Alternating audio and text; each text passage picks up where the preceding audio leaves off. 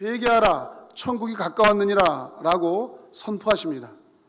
이것이 결국 예수님은 회개하는 그 사람들에게 이제 천국이 소유되는데, 천국이 너희들에게 곧 임할 것이고 그 천국은 바로 여러분들의 회개에 의해서 시작된다라는 것을 선포하고 있습니다. 이후에 12명의 제자를 선택하시고 이제 예수님은 5장에 들려서 이제 왕으로서 이제 그의 모습을 갖추기 시작합니다. 예수님은 이 왕의 모습으로 이제 팔복을 시작으로 해서 소위 말해서 우리가 얘기하는 산상수훈이라는 것을 7장까지 길게 말씀하십니다. 물론 한 번에 다 말씀하셨다고 보진 않습니다. 그런데 마태의 기자는 오늘 5장 1절을 아주 잘 표현하고 있습니다. 이것은 우리 예수님이 어떻게 왕으로 우리에게 오셨는가를 표현하고 있습니다. 먼저 예수님이 무리를 보시고 라고 되어 있습니다. 여기에 이 무리는 잡다한 군중들을 이야기하지 않습니다. 바로 제자들과 함께 하나님의 나라를 통해서 이제 함께 주의 나라를 이루어 나가야 될 백성들, 그들에게 이제 그들을 보고 산으로 올라가신 겁니다. 예수님은 산에 오르셨다라고 마태는 표현하고 있지만 누가는 이것이 평지였다라고 이야기합니다. 같은 곳에서 이야기한 것으로 추정이 되는데요, 여기서의 산은 높은 산을 이야기하는 것이 아니라 평지이긴 한데 약간 도드라진 언덕 같은 곳에서 이제 오르시는 것을 볼 수 있습니다. 그 산에 오르시면서 그 자리에 앉으십니다. 그러니까 여러분보다 약간 눈높이 위에 이제 앉으신 거죠. 왕이 그 보좌에 오르는 모습입니다. 앉으시니까 제자들은 그 모습을 보고 이제 그의 말씀을 들으려고 앞으로 나아옵니다. 마치 신하들은 하명하옵소서라는 의미로 이제 예수님 앞으로 다가섭니다. 이때 비로소 예수님은 입을 여십니다. 그리고 가르치는 사역을 시작하십니다. 여러분, 이 장면이 생각이 나십니까? 지금 왕께서 당신의 나라에 당신의 백성들에게 그 백성들이 살아가야 할 법을 이제 선포하는 모습, 이것은 과연 왕의 모습입니다. 왕으로서 이제 모든 백성들에게 선포하시는데 그것은 하나님의 가르침으로 시작이 됩니다.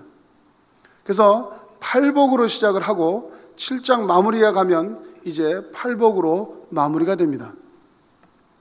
그래서 우리는 이 팔복을 통해서 이제 하나님이 어떻게 우리가 살아가야 되는지, 무엇을 어떻게 해야 되는지를 6장과 7장에 걸쳐서 세세하게 잘 말씀하신 후에 이제 7장에 마무리를 할 때에 그 수많은 무리들이 다 놀랬다라고 표현하고 있습니다. 그러면 이 팔복을 살아가는 팔복에 의해서 살아가야 될 사람들은 어떤 삶이 살 수 있는지, 그 사람들이 정말 팔복으로 잘 살아갔는지를 예수님은 어떻게 알 수 있느냐라고 분명히 말씀하십니다. 7장 20절입니다. 그들의 열매로 그들을 알리라, 이렇게 표현되어 있습니다. 그러니까 열매를 보면 그 나무를 아는 것처럼 정말로 내 말대로 살았다면 너희들은 이러한 열매들로 나에게 나타날 것이다 라는 겁니다. 팔복을 사는 사람들은 반드시 그 삶에 열매가 있어야 합니다. 그래서 오늘 이 팔복을 한번 잘 살펴보고자 합니다. 여러분, 지금 예수님께서 말씀하시는 이 사람들은 누구입니까? 구원받은 자들입니다. 유대인들입니다. 제자들입니다. 그렇다면 이 구원받은 자들은 어떻게 살아야 되는가? 첫 번째 말씀이 심령이 가난한 자는 복이 있나니 천국이 그들의 것이며 라고 설명하고 있습니다. 제가 이 말씀을 풀어서 읽을 테니까 잘 보십시오. 예수님이 이렇게 말씀하셨습니까? 예수님은 심령이 가난한 자에게 천국이 주어질 것이다 라고 말씀하셨습니까? 그렇지 않습니다. 다시 말씀드립니다. 예수님은 심령이 가난한 자에게 천국이 주어질 것이다 라고 말씀하신 게 아닙니다. 또한 이렇게도 말씀하지 않았습니다. 심령이 가난해지면 내가 그의 나라를 주어서 그를 행복하게 해줄 것이다 라는 의미로 말씀하지 않으셨습니다. 심령이 가난해져야 그 나라가 주어진다 라는 말씀이 아니라는 것입니다. 이 말씀은 오직 심령이 가난한 자는 하나님 나라를 가졌기 때문에 행복하다라는 말씀입니다. 조금 더 쉽게 설명해 보겠습니다. 왕이신 예수님께서는 우리에게 있는 행함이나 소유, 특정한 조건 때문에 우리에게 복을 주시는 것이 아니라는 것입니다. 기꺼이 왕의 다스림을 받고자 하는 자들, 그들에게 그 나라를 주신다는 것입니다. 다시 말씀드리면 내가 현재의 삶을 온전히 왕께 내어드린다면 왕께서는 나의 삶을 맡아 통치하실 것인데, 그러면 나는 그분의 진정한 백성이 되고 그 진정한 백성은 그 예수님이 약속한 천국 백성이 되는 것이다 라는 것입니다. 이것이 행복이고 이것이 복이다 라고 말씀하십니다. 여러분, 우리는 지금 팔복을 이야기하고 있습니다. 복 하면 누구든지 거부하지 않습니다. 한번 생각해 보시겠습니까? 복을 한문으로 쓰실 수 있으시겠습니까? 예. 어떤 귀신 같은 존재가 우리들의 밭에 복을 뿌리면 우리 입이 아주 풍요로워집니다. 이 땅에 사는 복을 세상 사람들은 그렇게 표현하고 있습니다. 그런데 성경의 복은 어떠냐? 성경의 복은 감사하게도 영어로 우리가 볼 수 있습니다. 복이 있다라는 말은 blessed라는 말입니다. 이거는 블루드에서 왔는데요, 피라는 의미가 있습니다. 옛날에 피의 제사를 통해서 하나님께 드려지는 이 제사는 복된 제사다 이렇게 표현했다는 겁니다. 그래서 하나님께 드려지는 걸 성물 또는 봉헌, 성화 이렇게 표현하고 있습니다. 대표적인 게 성탄식 때 우리가 나누는 빵과 포도주, 이것을 우리는 복된 성체다라고 표현하고 있습니다. 그러니까 이 팔복에서 말하는 복은 예수 그리스도를 상징하는 보혈이 주는 그 복을 말합니다. 이 복은 세상과 전혀 다른 복입니다. 이 복은 세상 환경에 좌우되지 않습니다. 이 복은 오직 하나님께서 어떤 상황 속에서도 우리에게 허락하시는 그 복입니다. 아무도 빼앗을 수 없고 아무도 그것을 우리에게서 이제 바꿔줄 수 없는 그런 복이 바로 하나님께서 주시는 복입니다.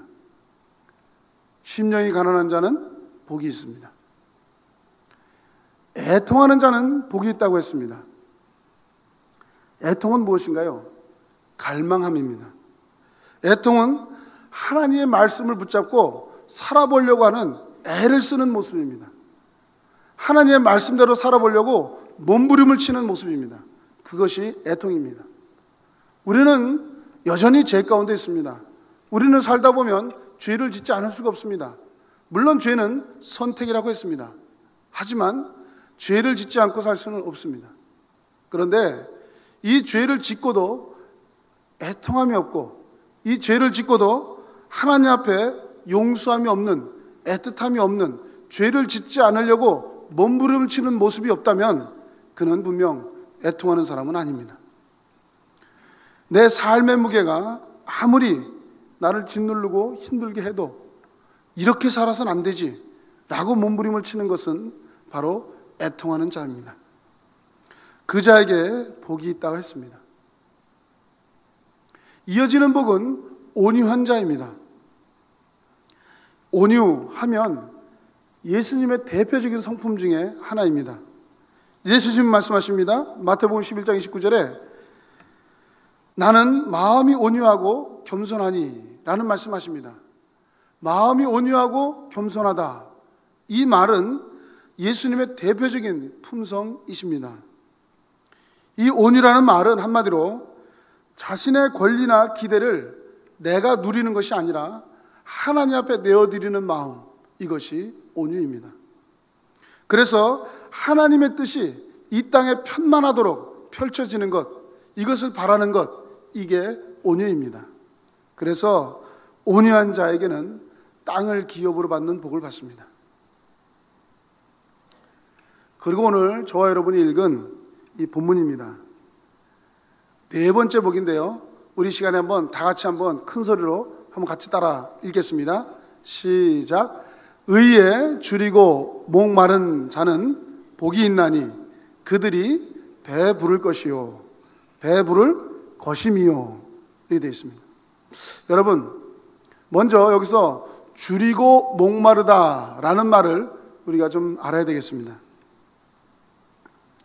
여러분은 굶주려 보신 적이 있으십니까? 목말라 보신 적이 있으십니까? 극한 상황을 경험해 보신 적이 있습니까? 지금 목사님께서 5일째 금식하고 계십니다. 지난주 부산에 갔다 오셔서 커다란 도전을 받으시고, 특별히 이제 하반기에 목회 사역과 우리 주님 살아의 교회의 강력한 이끌림 때문에 목사님께서, 성령께서 금식을 원하시는 것 같아서 금식하겠습니다라고 하셨습니다. 3일을 금식하시기로 하셨는데요, 지금 5일째 계속 이어지고 있습니다. 아마 은혜가 충만한 가운데 있으신 것 같습니다. 목사 한 사람으로서 상당히 부럽습니다.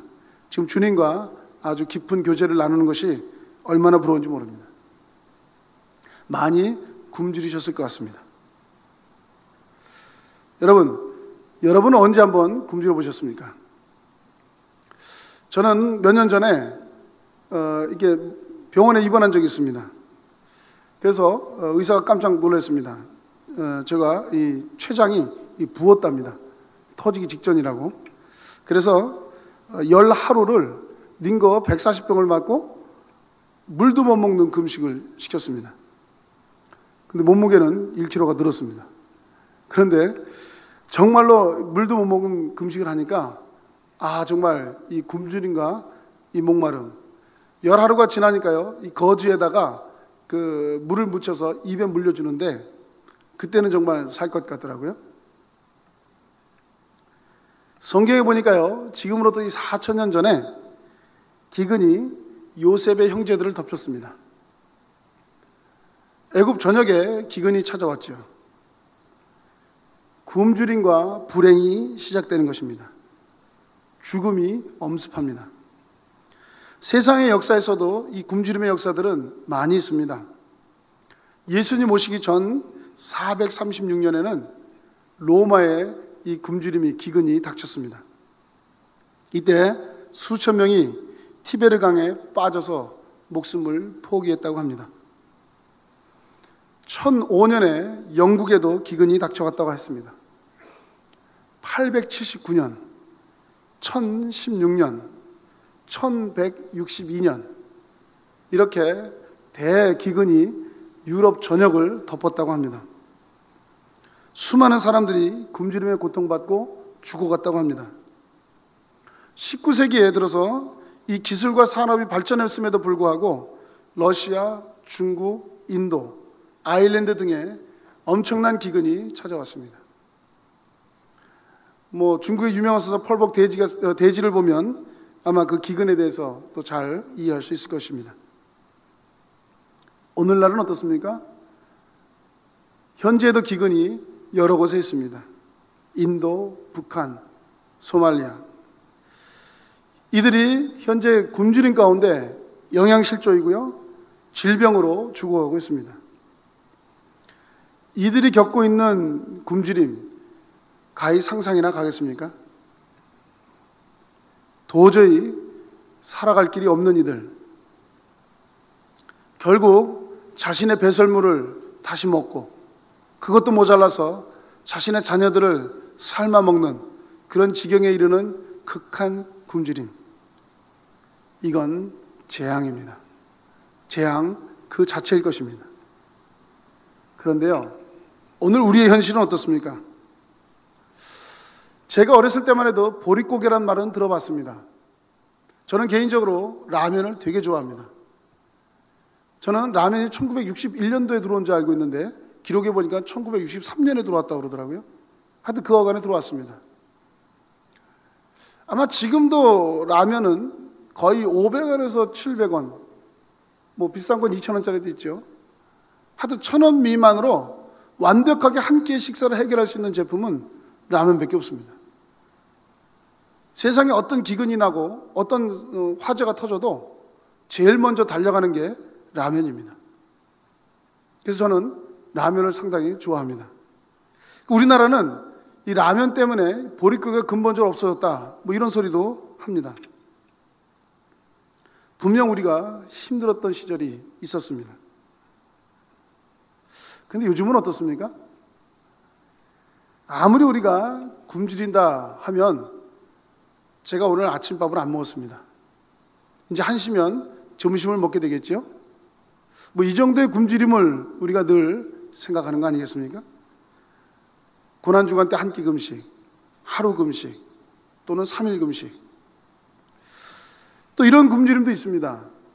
테니스를 치는 사람들은 승리에 굶주려져 있습니다.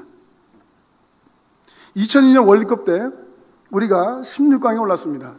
이때 저는 분명히 기억하는데, 히딩크 감독하고 인터뷰를 하는 과정 속에 그가 하는 말이 있습니다. 뭐라고 했죠? 우리는 아직도 승리에 배고파 있다. 결국 그 배고픔으로 4강까지 올라간 것 같습니다. 우리 청춘 남녀들에 대한 굶주림은 뭐가 있을까요? 누군가를 사랑에 빠지는 사랑의 굶주림이 있지 않겠습니까? 안타깝게 요즘 현실을 보면 결손 가정들이 좀 많습니다. 그래서 그네 자녀들을 보면 사랑에 굶주려져 있습니다. 부모님의 사랑, 행복, 단란한 가정, 이런 모습에 굶주린 모습을 볼 수 있습니다. 그런데요, 오늘 본문에서 말씀하고 있는 이 줄이고 목마름이라는 것은 우리가 지금 겪고 있는 이 정도의 굶주림이 아니라는 겁니다. 근데 분명한 건 있습니다. 내가 줄였다, 내가 목마르다 라고 하는 것은 내가 아직 살아있다라는 증거입니다. 내가 아직 살아있기 때문에 굶주려 있고, 살아있기 때문에 목마름을 느낄 수 있습니다. 죽은 자가 아니라는 것입니다. 이 줄이다와 목마르다, 이 두 동사는 한 가지로 통일이 되는데, 무언가에 열렬히 갈망한다, 이런 뜻입니다. 어떤 것에 열렬히 갈망한다, 이런 뜻을 갖고 있습니다. 그러니까 목숨이 살아있는 자들에게, 또한 살고자 하는 욕망이 있는 자들에게는 이러한 줄임과 목마름이 늘 있다는 것입니다. 그러면 지금 여러분은 무엇에 줄여 있고 무엇에 목말라 있습니까? 여러분은 지금 어떤 것에 줄여 있고 목말라 있습니다. 분명히 여러분은 살아계신 분들입니다. 또 살고자 갈망하는 사람이 틀림이 없습니다. 우리는 무엇에 대해서 갈망하고 줄이고 목마름은 우리의 살아갈 이유인 것입니다.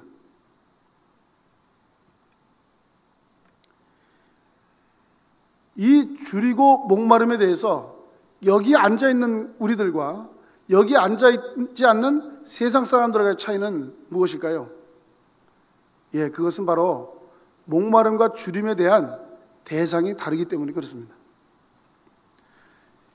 오늘 하나님께서 우리에게 주신 말씀은 무엇에 대해서 줄이고 목마르냐라고 하면 의에 대해서 줄이고 목마른 자라를 말씀하고 있습니다.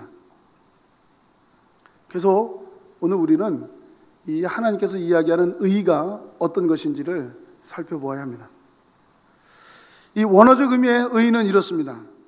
하나님 앞에서 인간이 취해야 할 올바른 태도다.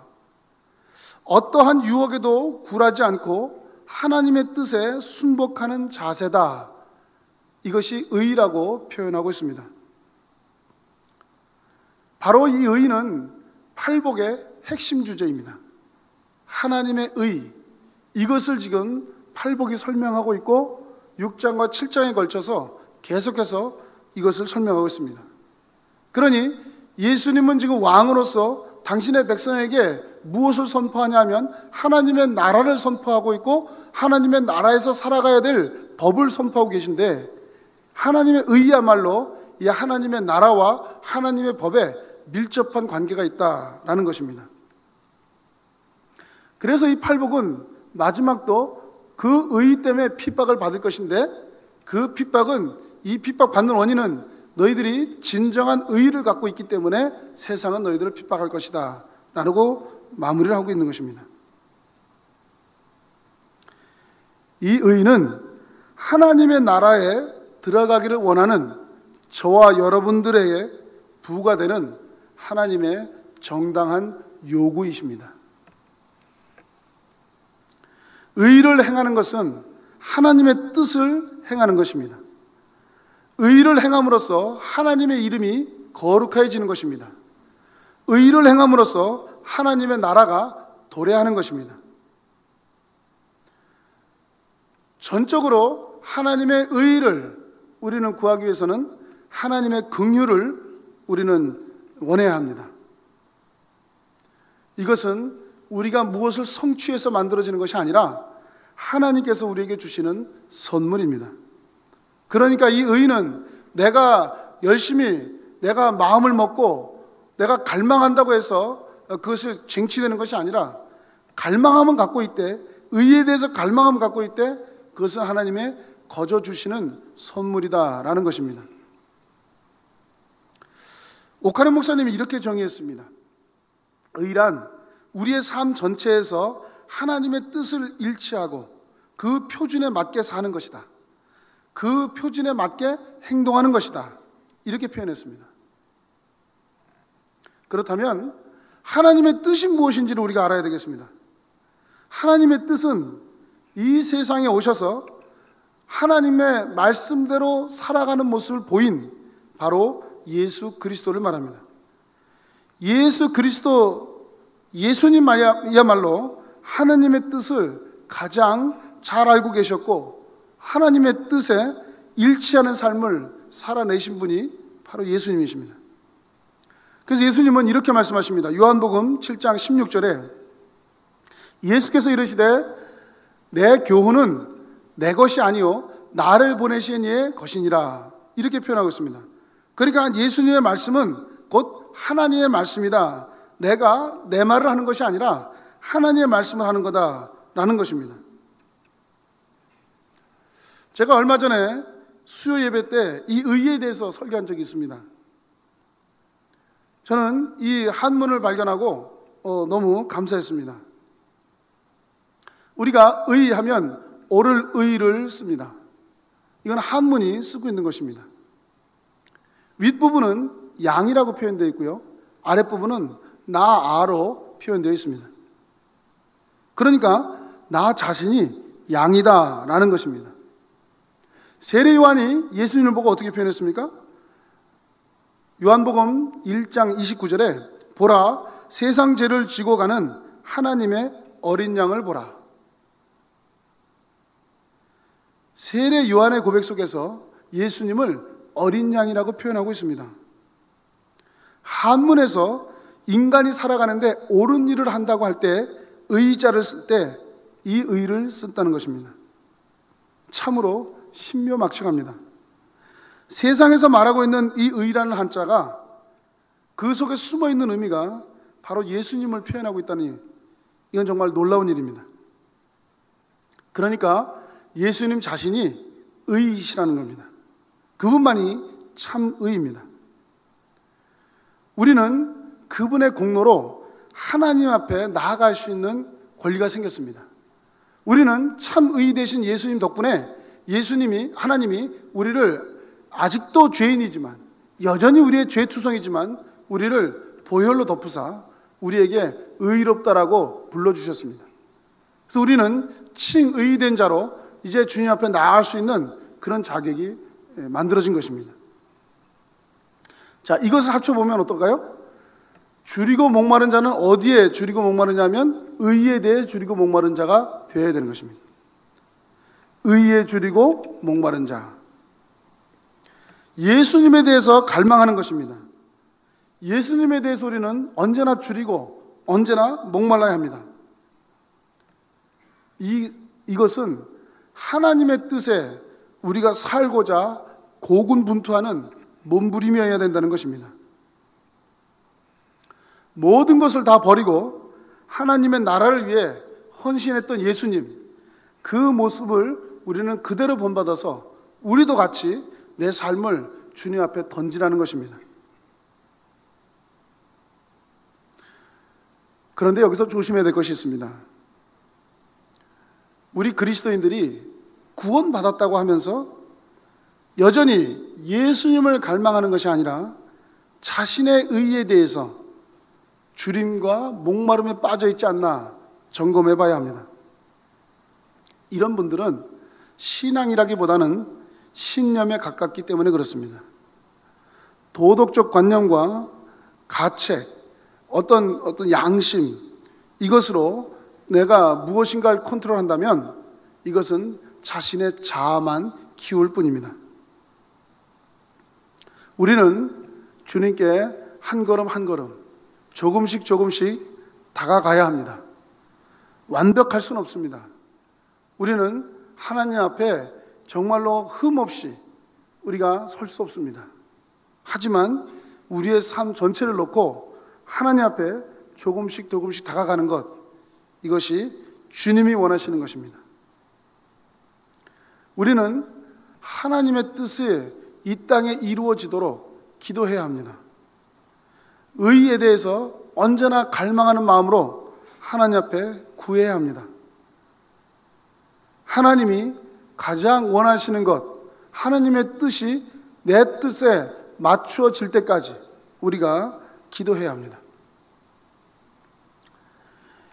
이런 의미에서 줄이고 목마르다는 의미는 예수님처럼 되고 예수님처럼 사는 사람이 되는 것, 예수님처럼 되고 예수님처럼 살 수 있는 것, 이것을 우리는 갈망해야 된다는 것입니다. 이건 결코 애매모호한 대답이 아닙니다. 배가 고파 죽어가는 자에게 빵 한 조각을 구걸하듯이, 목말라 죽어가는 자에게 한 모금 물을 사모하듯이 하나님의 뜻이 나에게 일치되도록 하나님 앞에 간절히 내 삶을 드릴 수 있도록 한 걸음 한 걸음 나아가는 것, 그것이 의에 줄이고 목마른 자들의 심정이 되어야 된다는 것입니다. 그렇다면 이 의에 줄이고 목마른 자의 삶은 어떤 것입니까? 간단하게 4가지만 설명하겠습니다. 첫째는요, 우리는 구원받기를 언제나 사모해야 합니다. 맞습니다. 우리는 예수님을 영접함으로써 이미 구원받은 자들입니다. 그럼에도 불구하고 우리는 구원의 감격으로 살아가지 못하고 있습니다. 더불어 아직도 구원에 이르지 못하는 자들이 있을 수 있습니다. 사람은 누구나 죽습니다. 그 죽음 앞에서는 구원받는 믿음만이 하나님 앞에 필요합니다. 로마서 3장 22절에 이렇게 표현합니다. 곧 예수 그리스도를 믿음으로 말미암아 모든 믿는 자에게 미치는 하나님의 의인이 차별이 없느니라.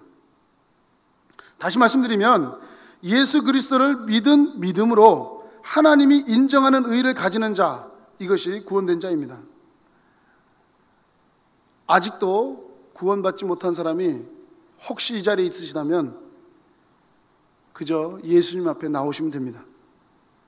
빈손으로 나오시기만 하면 됩니다. 그러면 예수님의 보혈로 여러분은 의롭다 인정되고 구원은 되는 영접된 자가 되는 것입니다. 예수님을 영접하면 우리는 목마름을 해결할 수 있습니다. 주림에서 해결할 수 있습니다. 요한복음 4장 14절에 이렇게 표현합니다.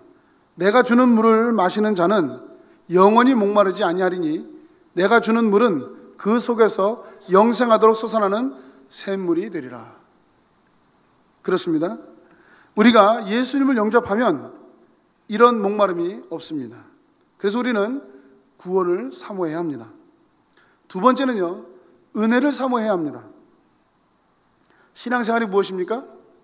그저 주일이 되면 시계처럼 정확하게 예배드리러 나오고, 평일에는 성경책 읽고, 종교란에는 기독교라고 쓰고, 그리고 식사할 때 기도하면 신앙생활의 전부인가?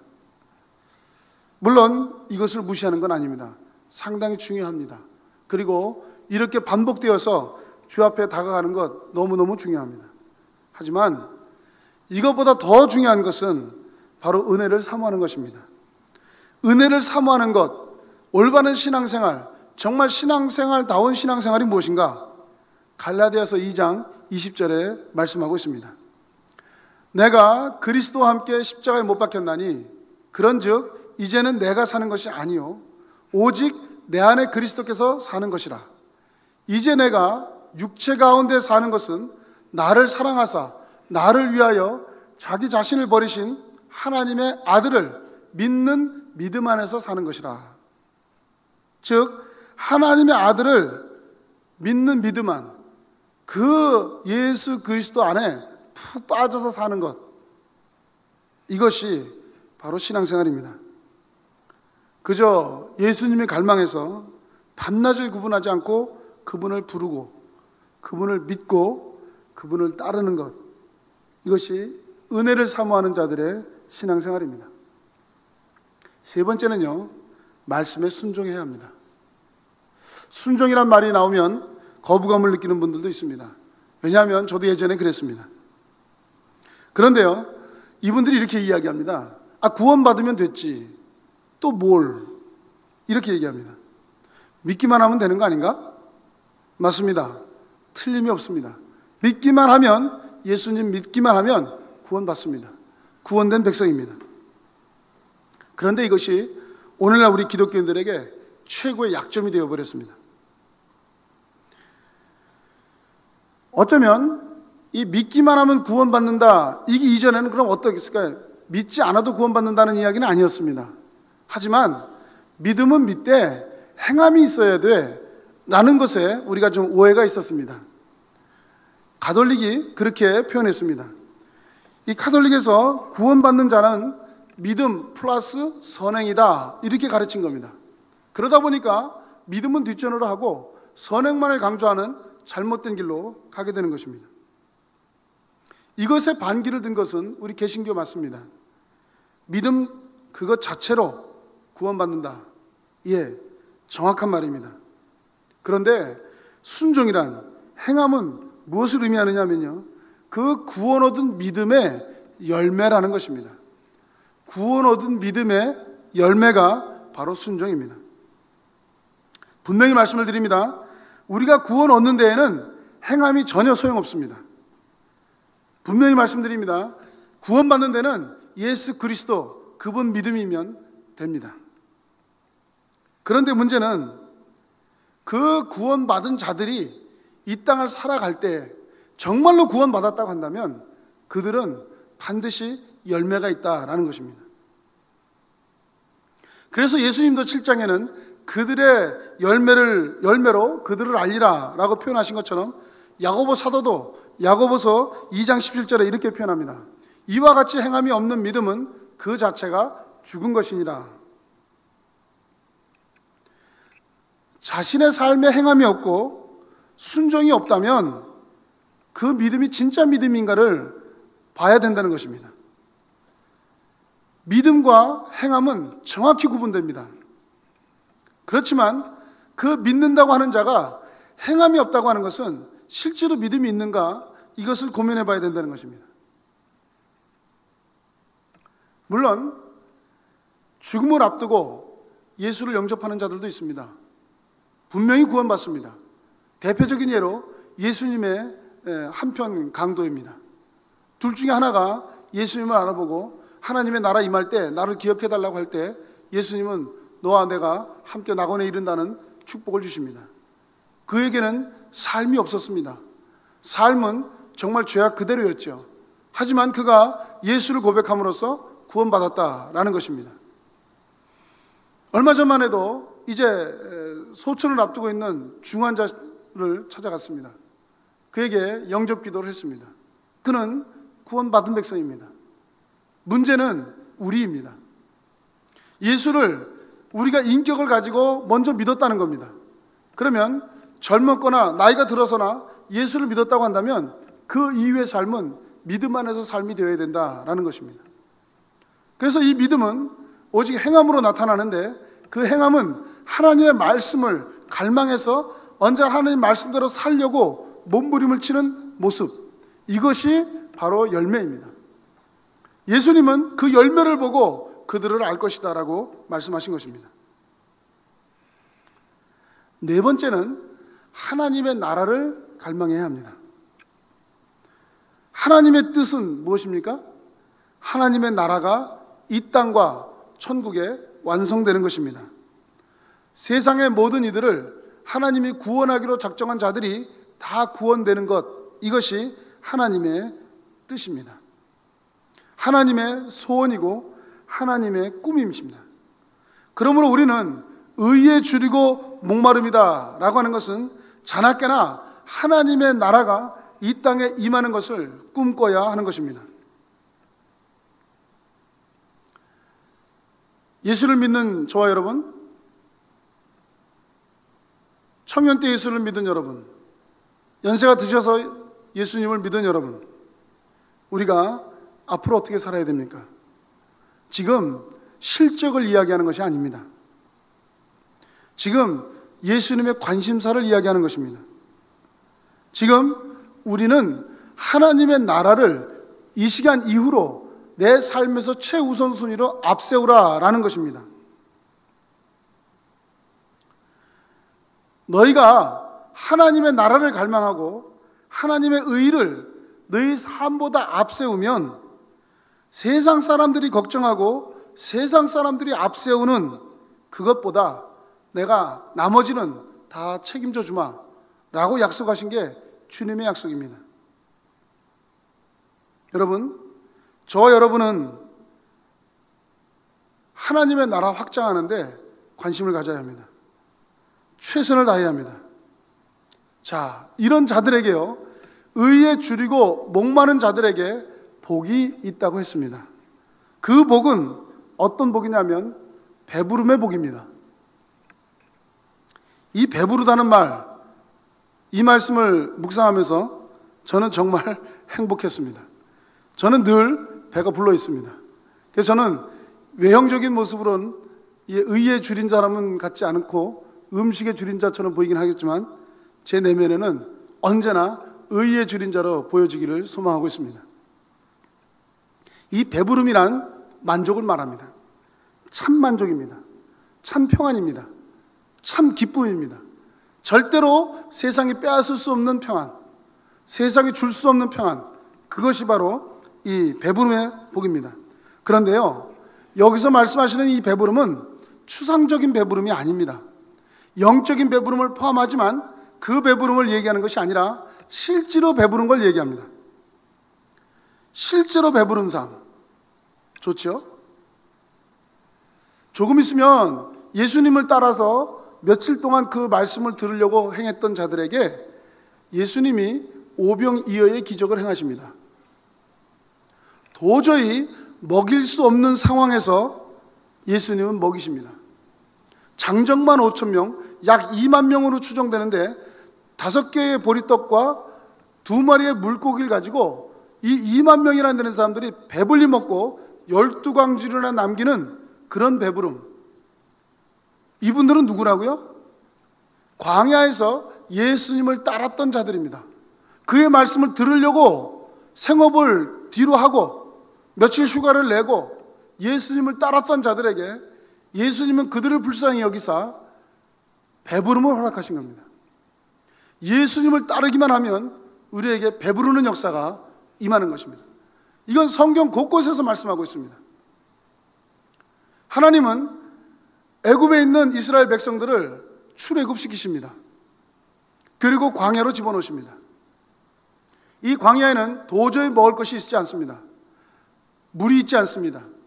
바위에서 물을 내시고요, 40년 동안 만나를 주시는데 적게 거둔 자나 많이 거둔 자나 만족하리만큼 배부릴만큼 40년을 먹이십니다. 도저히 먹일 수 없는 상황에 먹이시는 분, 하나님을 따라 하나님의 이름으로 이스라엘 백성들이 그저 갈 바를 모르고 광야에 들어섰을 때 하나님은 당신을 따르는 자들을 결코 굶주림이 없게, 목마름이 없게 해결해 주셨습니다. 이것이 주님을 따르는 자들의 복입니다. 다윗은 어떻게 고백합니까? 시편 23편에 여호와는 나의 목자라고 고백합니다. 그러면서 여호와께서 나에게 상을 차려주신다고 했습니다. 그 상은 밥상입니다. 나에게 밥을 차려주시기 때문에 나는 부족함이 없이 배불리 먹는다는 것입니다. 의이신 이 예수님을 따랐던 이들, 물론 여러 가지 역사적으로 부작용이 있고 문제가 있을 수 있지만 확실히 예수를 따랐던 나라들은 모두 부자입니다. 120년 전 대한민국은 대한제국에서 민국으로 바뀝니다. 예수님을 받아들이는 민족이 됐습니다. 도저히 살아날 수 없는 이 민족, 36년의 압제, 6.25의 전쟁, 폐허가 된 이 민족에 불과 50년이 지나지 않아 우리는 140여 개가 세계 최고를 달리고 있는 아이템을 갖고 있는 경제 대국으로 성장했습니다. 도저히 먹을 수 없는 상황에 우리는 지금 음식 쓰레기 종량제를 실시하고 있는 나라입니다. 도저히 우리는 이것을 생산해낼 수 없는 나라임에도 불구하고 의에 줄이고 목마른 자가 저와 여러분이 있을진데 이 나라는 배부를 것입니다. 하나님은 이런 복을 언제나 주시는데 이것을 망각하는 사람, 이것을 잊고 사는 사람들, 세상 사람들은 우리가 알 바가 아닙니다.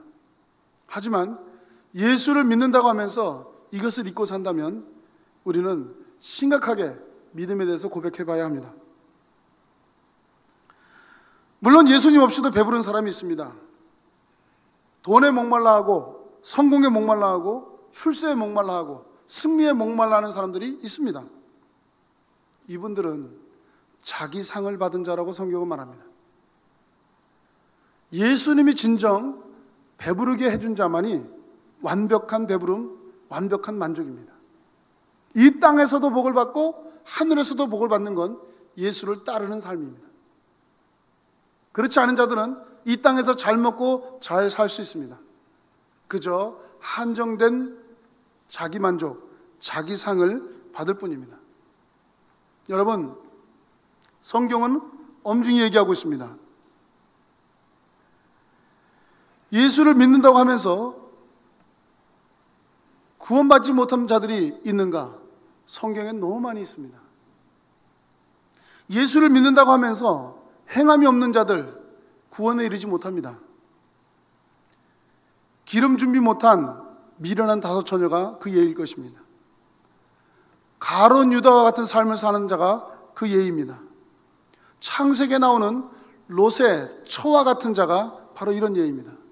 하나님은 긍휼을 베푸셔서 그를 소돔과 고모라의 멸망 땅에서 끄집어내신 그 하나님의 은혜를 그는 끝까지 망각하고 끝까지 세상을 돌아보고 자신의 죄를 뉘우치지 않는 롯의 처, 그가 결국 멸망의 대상자가 되었습니다. 마태복음 25장 양과 염소의 비유는 믿는 자와 안 믿는 자의 비유가 아닙니다. 믿는 자 안에서도 갈라진다는 것입니다. 정말 내 믿음이 진짜 믿음이냐? 진짜 예수를 내가 믿는다고 한다면 우리는 죄 가운데 살아도 내 마음이 편치 않고 언제나 주를 갈망하는 그런 모습으로 살아간다는 것입니다. 여러분, 이제 말씀을 마치려고 합니다. 윌리엄 버클리는 이렇게 얘기했습니다. 하나님은 우리가 한 생을 살면서 무엇을 성취하였는가, 무엇을 어떻게 성공하였는가를 가지고 판단하시기보다도 우리가 어떤 꿈을 가지고 세상을 살았느냐를 가지고 우리를 판단하신다라고 했습니다. 맞는 말인 것 같습니다. 사실 인생은 별거 아니라고들 합니다. 저도 인생을 많이 살진 않았습니다. 근데 이런 우스갯소리가 있습니다. 사람이 50이 되면 잘 배운 사람이나 못 배운 사람이나 같답니다. 60이 되면 잘생긴 사람이나 못생긴 사람이나 구분이 안 간답니다. 70이 되면 돈이 많은 사람이나 돈이 적은 사람이나 별로 차이가 없답니다. 아무리 돈이 많아도 먹을 것을 먹지 못하고 누리지 못하기 때문에 그렇습니다. 80이 되면 어떨까요? 산 사람이나 죽은 사람이나 똑같답니다. 인생 그렇게 구분되지 않습니다. 주님은 내 인생 어떻게 살았니? 이렇게 묻는 것이 아니라 넌 도대체 무엇을 꿈꾸며 살았니? 무엇을 갈망하며 살았니? 라고 말씀하신다는 겁니다. 이럴 때 우리는 부족하지만 저는 하나님의 나라가 이 땅에 이루어지는 것을 꿈꿨습니다. 내 평생 예수님만 따라 보려고 발버둥을 치는 것, 이것이 내 삶의 전부였습니다. 내 인생의 최우선순위는 예수님이었습니다. 라고 고백하는 사람, 이 사람들은 하나님이 칭찬하는 사람들입니다. 여러분의 가슴에 꿈이 무엇입니까? 여러분의 갈망이 어떤 것입니까? 어떤 것에 여러분은 좌지우지됩니까? 여러분, 이제 더 이상 세상의 논리로 우리가 좌지우지돼서는 안 되겠습니다. 오직 한 분, 예수 그리스도, 그분만이 나의 의이시고 그분만을 우리가 늘 갈망하고 그분만을 줄이고 목마르는 저와 여러분이 되시기를 주님의 이름으로 축복합니다. 우리 시간에 한번 하나님 앞에 찬양했으면 좋겠습니다. 마음이 상한 자, 이 찬양을 한번 하면서요, 우리 한번 기도했으면 좋겠습니다.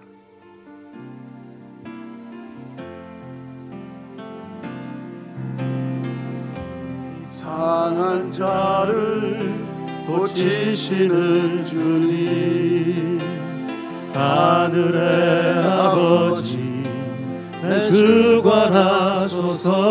주의 길로 인도하사 주의 길로 자유케 하시니 자유케 하소서. 세일을 행하사 부흥케 하소서. 부흥케 하소서. 의에 줄이고 목마르니 성령의 기름을 부으소서.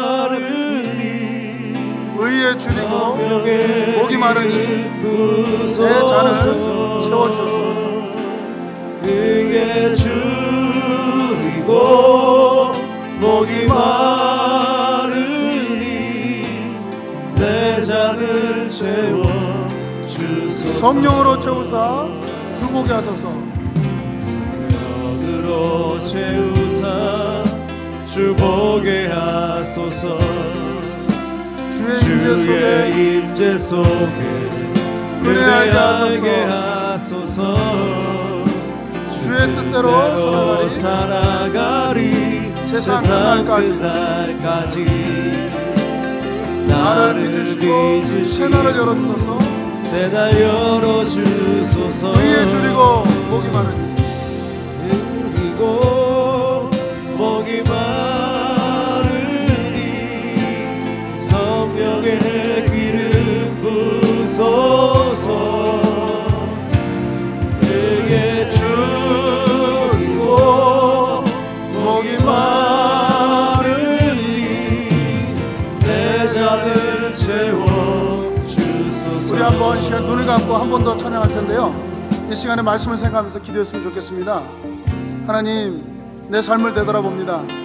나는 분명 언젠가 주님을 믿었다고, 주님을 영접했다고 고백했습니다. 내 믿음을 돌아봅니다. 아직도 나는 죄 가운데 있습니다. 아직도 나는 부족하고 연약합니다. 아직도 나는 주 앞에 나갈 수 없는 허물 많은 자입니다.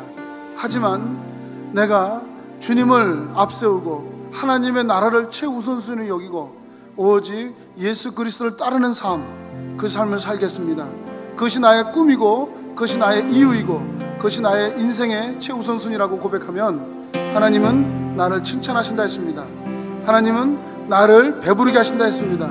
만족과 평안, 기쁨을 주신다 했습니다. 하나님, 내가 그러한 삶을 살게 해달라고 우리 다시 한번 이 마음이 상한 자를 찬양하신 후에 우리 한번 기도하겠습니다. 마음이 상한 자를 고치시는 주님, 마음이 상한 자를 고치시는 주님, 하늘의 아버지 나 주관하소서. 주의 길로 행하사 자유케 하소서. 새 일을 행하사 웃게 하소서. 그의 줄이고 목이 마르니 성령의 기름 부소서. 그의 줄이고 목이 마르니 내 잔을 채워 주소서. 성령으로 채우사, 성령으로 채우사 주목게 하소서. 주의 임재 속에 은혜 알게 하소서. 주 뜻대로 살아가리 세상 끝날까지. 나를 빚으시고 새날 열어주소서. 그의 줄이고 목이 마르니 성령의 기름 부소서. 그의 줄이고 목이 마르니 이 시간에 우리 한번 주여 한번 크게 외치고 자기 자신과 의를 위해서 한번 통성으로 기도하겠습니다. 주여, 하나님 아버지, 하나님 아버지, 나를 용서하여 주시옵소서. 내가 주님을 믿는다고 하면서 예수 그리스도를 쫓는 자라고 하면서 내가 여전히 내 자신의 꿈과 내 자신의 처지와 내가 관심사가 온통 나에게 있었음을 고백합니다. 주님, 나를 용서하여 주시옵소서. 나의 죄성을 용서하여 주시옵소서. 주님, 내가 이제부터는 주를 믿는다고 하지만 그 믿음이 진짜 믿음일진데 내가 구원받은 백성으로서 왕의 명령을 따르게 하여 주옵소서. 오직 왕 대신 예수 그리스도만을 내 인생의 최우선순위로 삼게 하여 주옵소서. 오직 주님, 내가 그 길을 가는데 주저함이 없게 하여 주시옵소서. 오라이즈 아버지 하나님 붙잡아 주시옵소서. 이 시간 이후의 삶은 내가 어떻게 사느냐, 무엇을 궁금해 사느냐, 하나님 앞에 온전히 하나님의 나라가 이 땅에 임하고 하나님의 뜻이 내 안에서 펼쳐지도록 하나님 내 삶을 내어드리는 삶이 되게 하여 주시옵소서.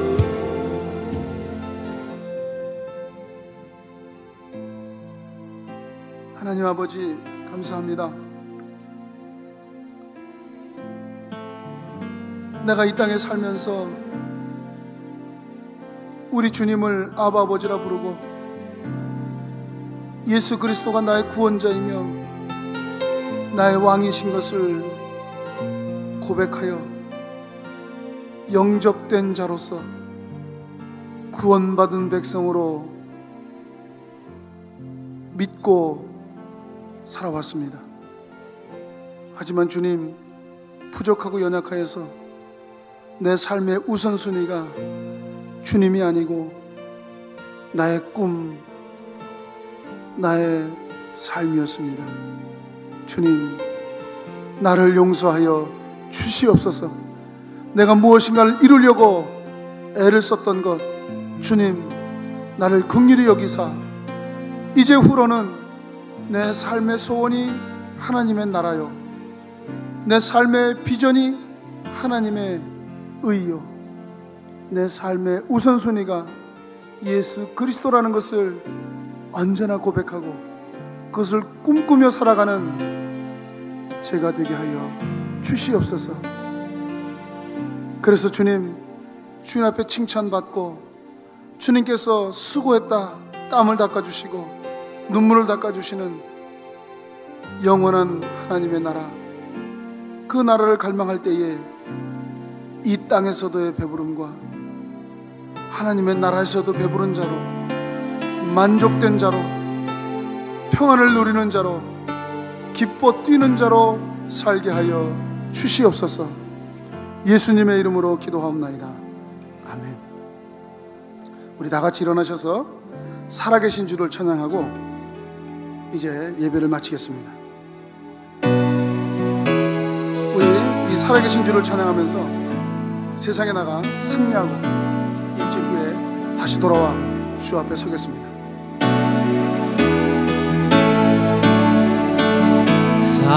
살아계신 주, 나의 참된 소망, 걱정 근심 전혀 없네.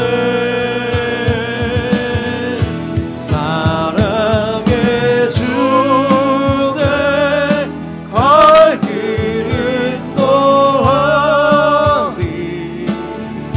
내 모든 삶의 기쁨 늘 충만하네. 살아계신 주, 살아계신 주, 나의 참된 소망, 걱정 근심 전혀 없네.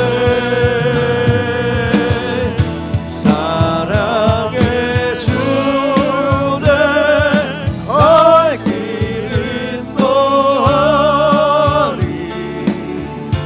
내 모든 삶의 기쁨 늘 충만하네.